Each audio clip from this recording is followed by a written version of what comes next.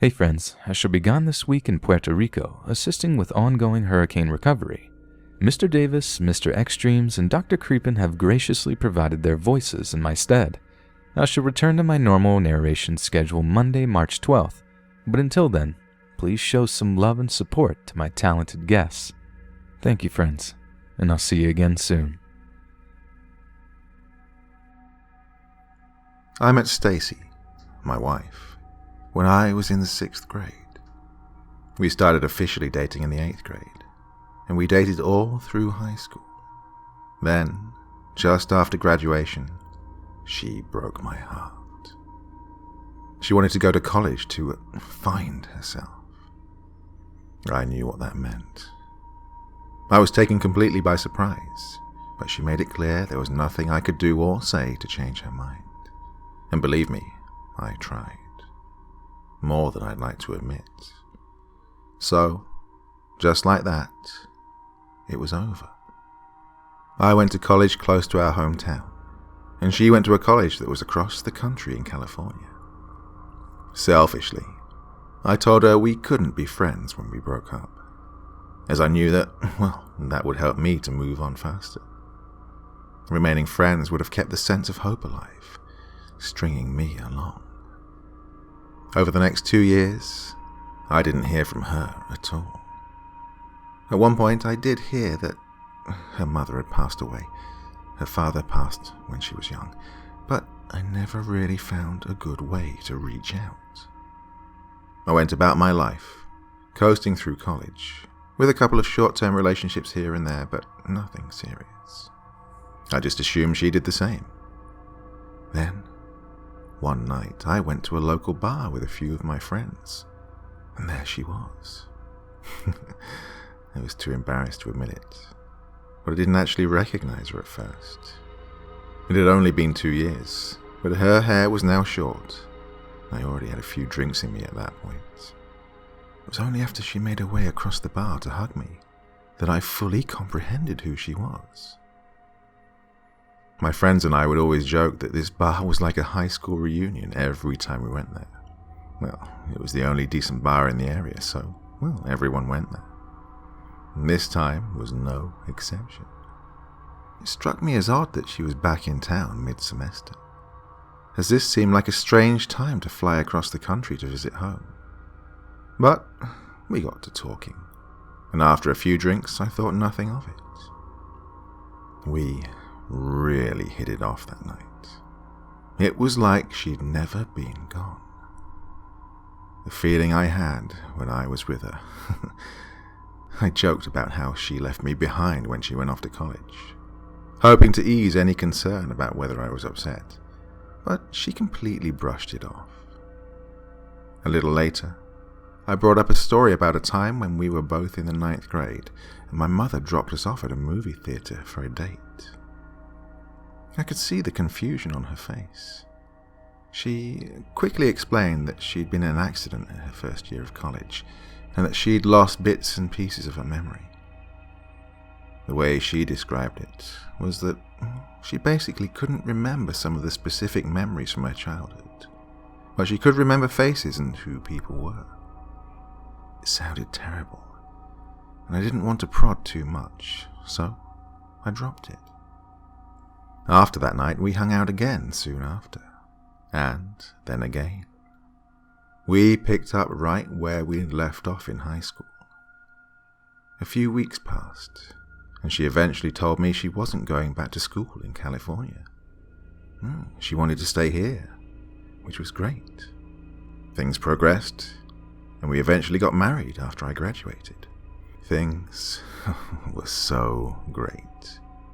Years rolled by. We had 2 kids. She was a stay-at-home mom, and she was so good with the kids. There were some ups and downs over the years, but things were generally pretty good.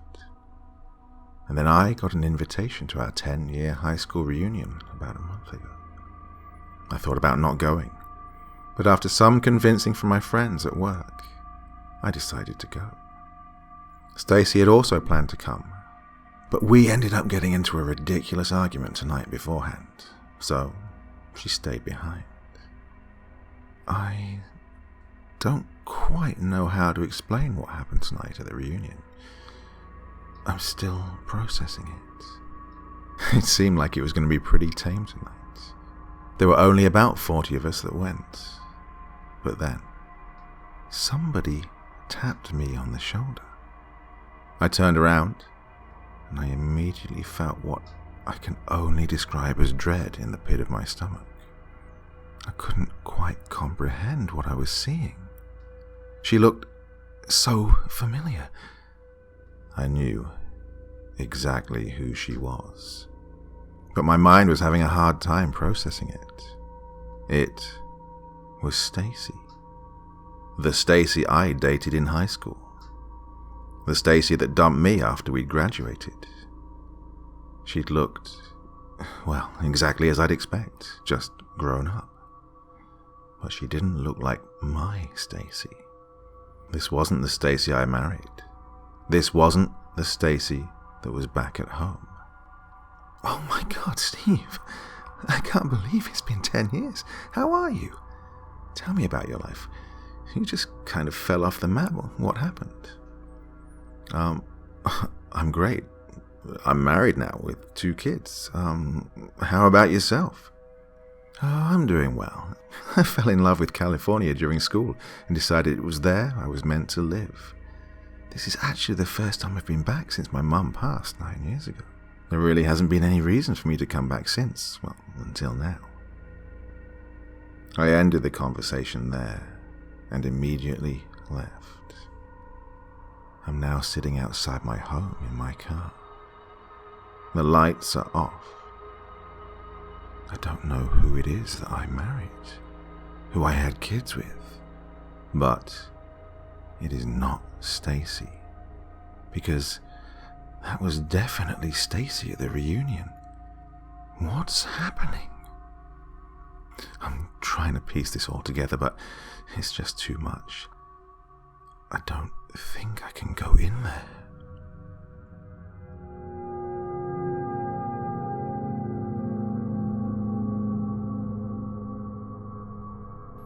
This is a true story of one of the most terrifying nights I've ever experienced in my life. Now, to preface this story, I'll give you a little background information on me, of what I was like when this happened. At the time, I was in middle school and wasn't very happy with my life. I was constantly teased about being overweight and was even bullied to the point of physical assault by others. Trying to tell adults only resulted in worse things happening to me. I was a preteen who wanted to die and hated myself more than anything else in the world. I was isolated, emotionally, and had no one to talk to. My parents aren't the kind of people, or forgiving. They've always made it clear that they have no remorse or worry for what ultimately happens to me. So, like anyone that feels alone, I was constantly, seeing things. Oh yes, I could see strange things all around me. Things others didn't consider odd or, couldn't even see. On the night in question that I'm about to talk about, it was a Friday night. I only remember because I was able to sleep in without any incident or anyone really bothering me. I lay in the room that I shared with my baby sister. We're only 5 years apart in age, and despite that, I get along with her very well. Not so much with my other sisters. All of them were older than me. As I lay in my twin-sized bed, I did my best to fall asleep. Though it escaped my grasp, and all I could do was simply lay there and wait till I finally tired enough to sleep.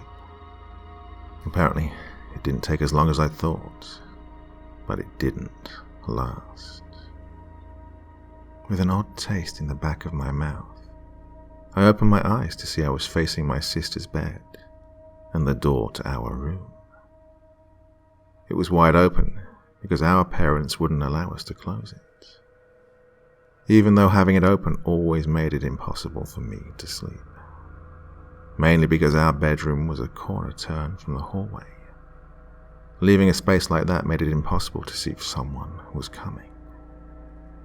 At night, when the house was dark, I could see shadows forming and moving close to the edge.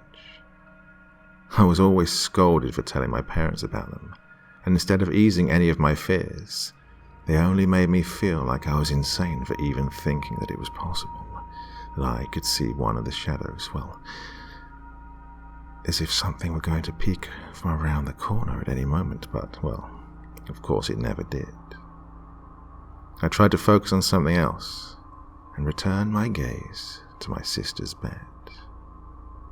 Oddly enough, it was empty. I paused to listen and wondered if she was simply in the bathroom, but there was no sound, nor any light coming from the bathroom. If someone was in the bathroom, I could see the light from under the door because it showed on the wall and could be seen from where I lay in my bed. Without any real reason, I sat up. Thinking back on it, I'm not sure I even did this of my own accord. I was afraid of the dark, and kind of still am, but apparently that didn't stop me that night. Without any caution or thought, I made my way to the hallway and found that the front door was wide open. I then looked to the other end of the mobile home that I lived in with my parents. Their room was at the very end, and their door was also open.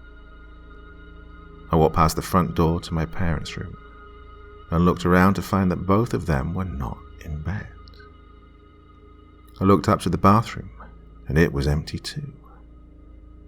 Heading over to their walk-in closet, well, no one was in there either. My brain was screaming for me to hide, to stop and just stay still. But I left my parents' room and went to tell my oldest sister. She had the room next to mine, and going into her room, I found it was empty as well. I closed the door to her room and headed over to the front door to see if someone was out there. I figured I would see them standing there, or maybe even just sitting. Nothing was out there. I was simply confused. Where had all my family gone? Why was I alone and the door wide open? Thank God my mind finally took over from my body, and I ran to my room intending to hide in there with the door shut and locked. At least, that was the plan. And as I ran to my room, well, I didn't make it. I was reaching the end of the hall, getting ready to turn into my room, when it happened. I slammed into something. So solid, but nothing was there. I remember the horrible sensation of biting my tongue and feeling blood drip down my face, getting on the carpet, and that I was so scared. I was really, truly terrified, but I didn't have to deal with that much longer because it all turned black on me. I woke up the next day in bed, feeling a horrible ache behind my eyes, and my nose still hurt. Sitting up slowly, I could hear the television on in the living room and the sounds of food being cooked. I stumbled out of the bed and went to the hallway, looking around and seeing my parents were sitting in the kitchen. I wanted to ask why they'd left, where they'd gone, and what happened. I did manage to say, "You all left me alone last night." I would tell you about the whole argument that followed, but I'll keep that short. I was told that I'd been dreaming, that I watched too many scary movies, and that I needed to stop making things up. I was treated like I usually was, with dismissal over anything I found. I left them and headed back to my room, head staring down at my feet. Then I saw something caked on the carpet, something dried. I dropped down and started to pick at the stuff and brought up dirty, brown, dried blood. I thought, yeah, this is enough. This would prove it. But instead, They all simply said, "It's mud." Well, it was the dry season in the desert. They say I lied, and I made it up for attention. I need to stop watching horror movies.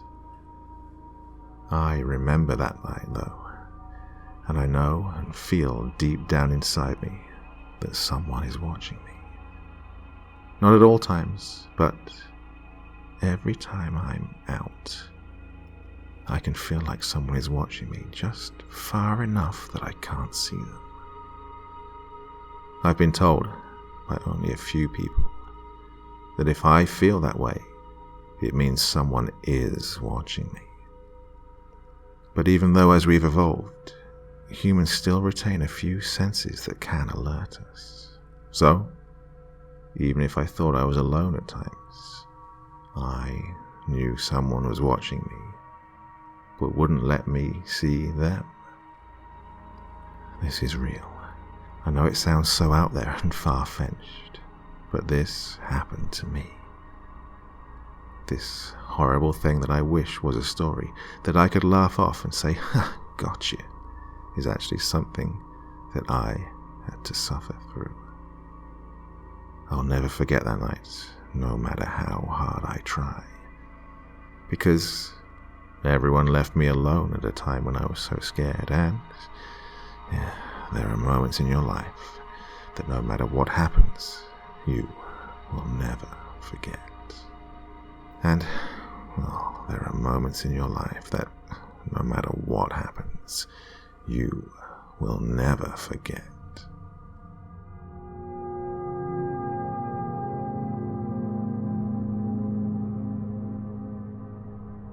He opened his eyes and looked about the room. Light from the door, the only illumination. He let his eyes wander over the items in the room, strange things that he did not know the use of. Above his head, he saw a screen with strange writing scrolling across it. He had no idea how long he had been there, nor did he know where he even was. All he knew was that he'd been taken there a long, long time before, that he was lying in a bed of sorts and that he was thirsty, so very thirsty. His mouth was dry and his tongue feeling sticky and swollen. His lips dry and in danger of cracking. Feeling a need to move, he felt resistance in his wrists. His arms were bound to the bed. His heart rate accelerating a bit as fear washed over him. He began struggling against the restraints. Sounds and movement in the doorway distracted him momentarily, his fear growing as the sounds came closer. Closing his eyes against the pane as a sudden bright light pierced his eyes. Opening them again, he recoiled in fear from the sight before him. Two creatures had come into the room and were approaching him. Even if forced, he could not begin to describe the horror that was these two creatures. They flanked him and looked down on him. One seemed to be the leader, as it was trying to communicate, some incomprehensible gibberish spewing from what could have been called a mouth only in the most generous sense of the word. The creatures then pulled the covers from him, leaving him only covered in a very thin cloth. He began struggling again, whimpering in fear. What were they going to do to him now? The creatures moved him around, turning him this way and that. They released the things holding his arms, tied down, and he began fighting against them. The lead creature was apparently upset and was chastising him, the voice sharp. He soon gave up trying to fight his captors, not because he feared angering them, but because of the fatigue that overcame him. He lay there, shocked and defeated, stunned at the weakness in his body. He was sure that he had once been a strong man. The creature stripped him and began rubbing a strange wet substance over his body. Finally, they finished manipulating him, leaving him in a different position than before, again covered in the cloth and a fabric covering. One creature moved away and returned with a package. It spoke again to him, and then pushed something into his mouth. The texture, slightly rough, but moist. At first, relief washed over him as his parched mouth was wet, but then a stinging sensation and a strange taste hit him. He turned his head away as he sunk even deeper into despair. He closed his eyes, trying to shut out the world that was now his hell, and heard the creatures leaving the room, chattering to each other. Outside the room. "Thanks, Cam. Let me know when you need help with your baths," Jan said, looking at her friend and co-worker. Glancing back, looking sadly into the room they'd just left, Cam nodded and then stopped. "What's wrong, Jan?" Jan shook her head. "I don't know. Did you see his eyes? The way he looked at us?" She looks back at the patient. "He looked terrified." Cam nods again, also looking into the room. "Yeah, I thought so too. He has dementia, yeah?" "Yes, he does. I wonder." Jan pauses, thinking. I know they lose their memory and all, but I just wonder. What if they lose the ability to recognize human faces too? Cam looks at Jan, horrified. "Oh my God. What if they do?" Jen picks up the thought. What does he think we are? What does he think we're doing to him? Both nurses shudder at the thought, looking sadly at the patient. Jen wonders out loud. What are we doing to him?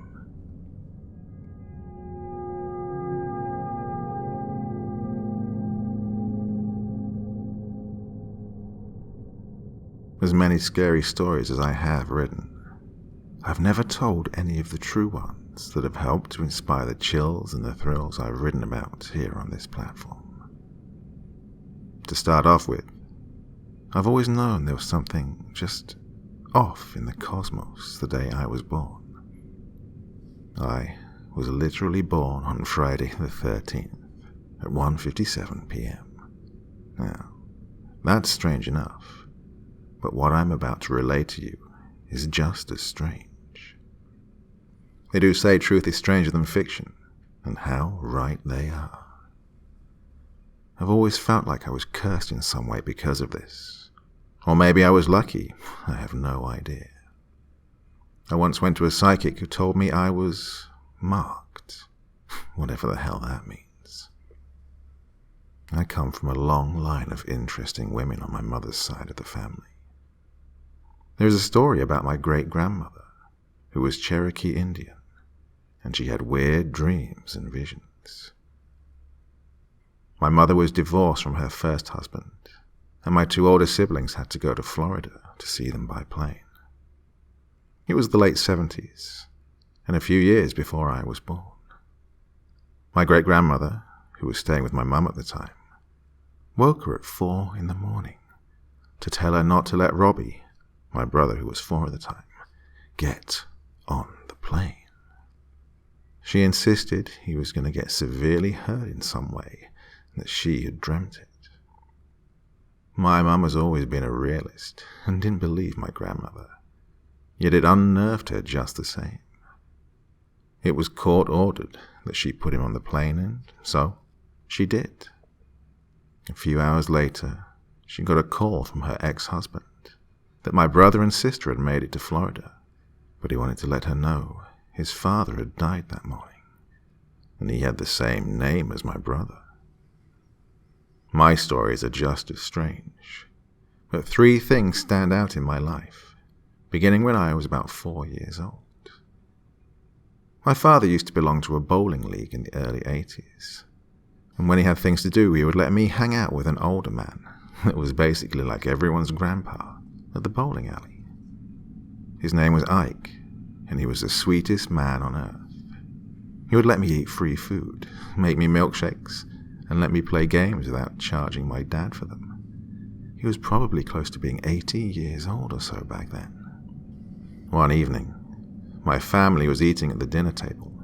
My brother, sister, my mom and my dad, just sitting in our breakfast nook area eating, when the telephone rang.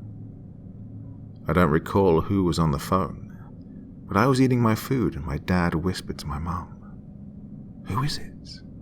Tell them you'll call them back. We're eating dinner." My mum ignored him, and I looked down at my plate of food and ever so matter-of-fact said, "Ike died." My dad looked at me sternly and told me to be quiet and eat my dinner. When my mum got off the phone, she was very sad-looking and looked at my dad. "You're never going to believe this, but Ike passed away this morning of a heart attack." My dad didn't even look at me, and I said, "I told you that. I already knew." I rolled my eyes and went back to eating. My dad and mom exchanged looks, and my older sister just stared at me in complete disbelief. My brother shook his head at me and told me I was a little weirdo. Well, I guess I was a little weirdo. I can't explain it to this day. How I knew it just popped into my head, and I knew he had died. I was more excited about knowing something that all the adults didn't know, because I was the baby of the family and no one really paid much attention to the stuff that I told them. Years later, my sister recalled it and relayed to me how creeped out she'd been by it. I also recalled later that night, waking up as though something had purposely wakened me and looking out my bedroom window. There was a silhouette of a man watching me from the shadows outside. There were 3 duplexes just behind the house I grew up in, and an alley that led to a parking lot between each of them. I could see it very clearly from my second-story bedroom window. It was pitch black in my room, but I noticed a shadowy figure just standing there in the night, looking up at my window. I couldn't make out the face, but I knew it was a man. I have no idea if it was connected in any way to Ike's passing, but it scared me. I recall jumping back in my bed and trying to go back to sleep. There was something unnatural about it, and the fact he seemed to be looking at me creeped me out even more. Like, how did he see me? I knew he was watching me. It only happened that once, and I later forgot about it. Well, about 15 years later, a similar incident happened to me when I was 19 and in college.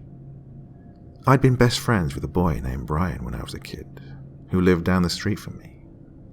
His mom and my mom were good friends, and my mother would drive he, his younger brother, and myself to school every morning. We hung out a lot outside of school, and the 3 of us were inseparable. We were always on our bikes in the summer, or we went swimming in my backyard.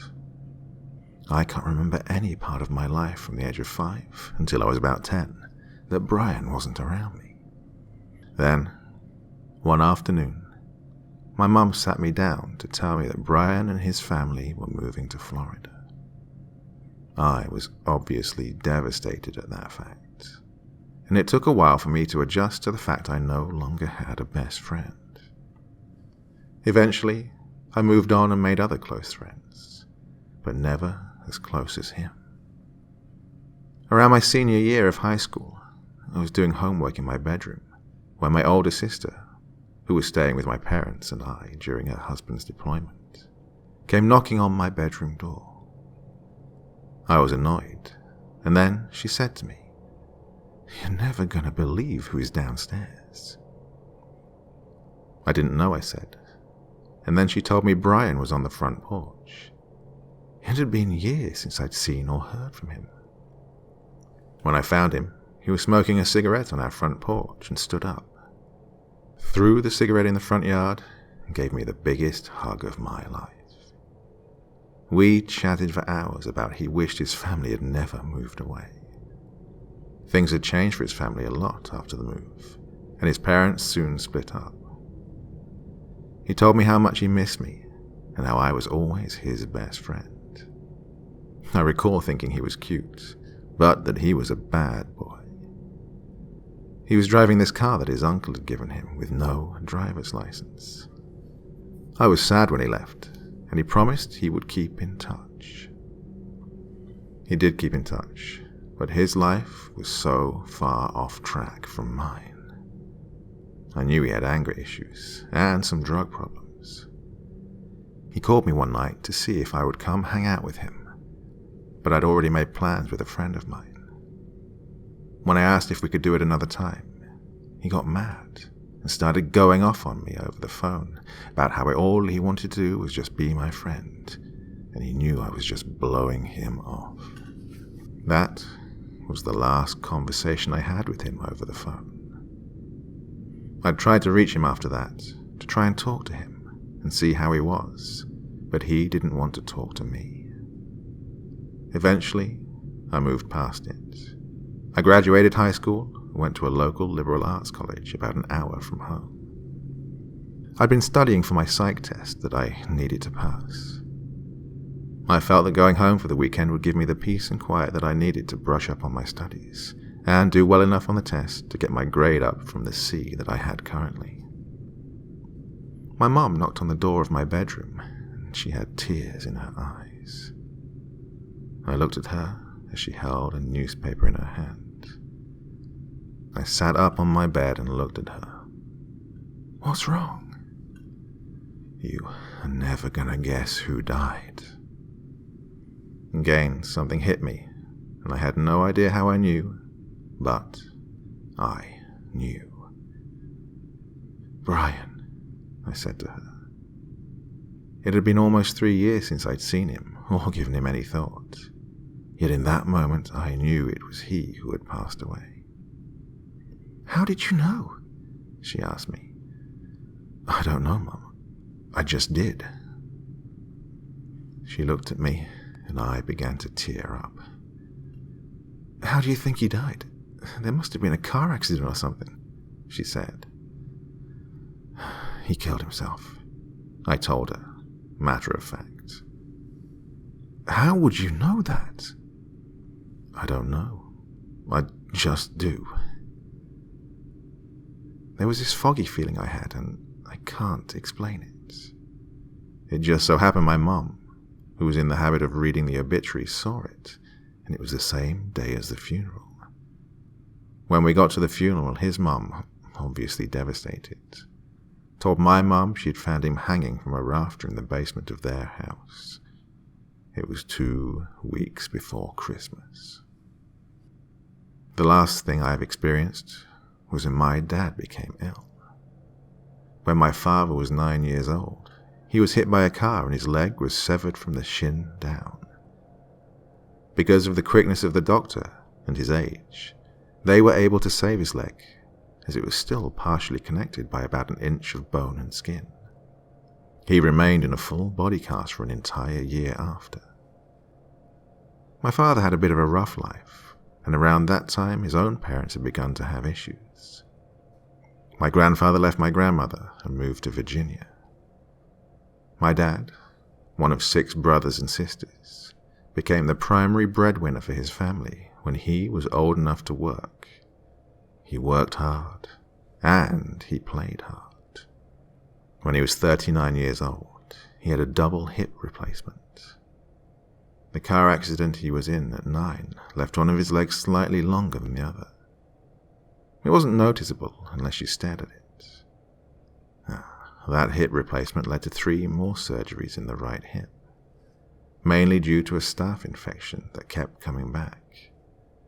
He had a ton of close calls his entire life. My dad and I were always close. We were a lot alike, to be honest. We both require a lot of alone time to think and rest from the world. I think I get that from him as well as my wicked sense of humor.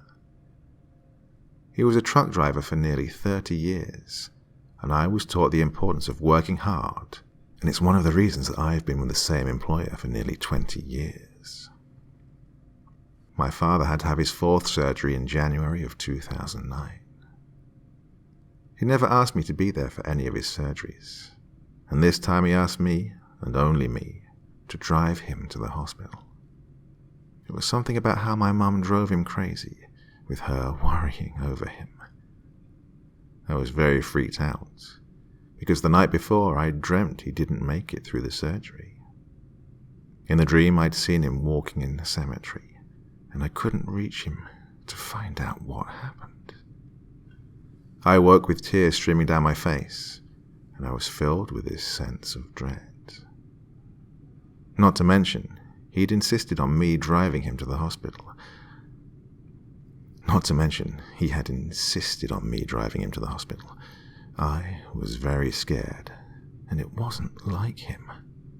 But he made it through the surgery just fine, and I felt a lot better. I chalked it up to my worrying and paranoia. He was sent to recover in a rehabilitation clinic, and one evening, about 4 weeks later, my boyfriend and I went with my mum to visit him.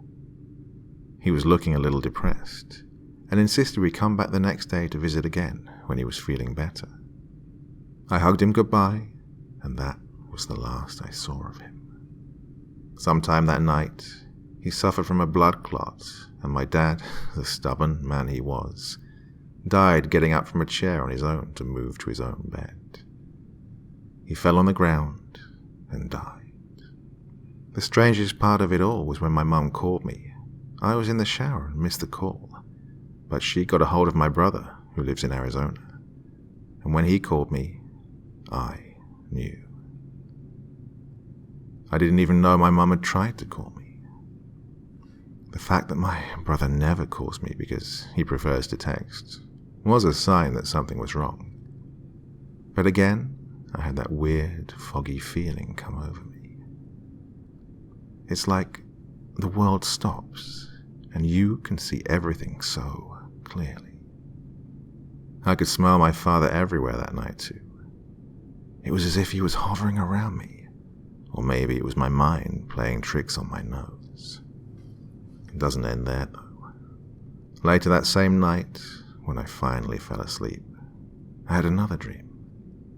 I saw my dad, and the only thing he said to me was, "I tried. I'm sorry. And I love you too much, baby girl."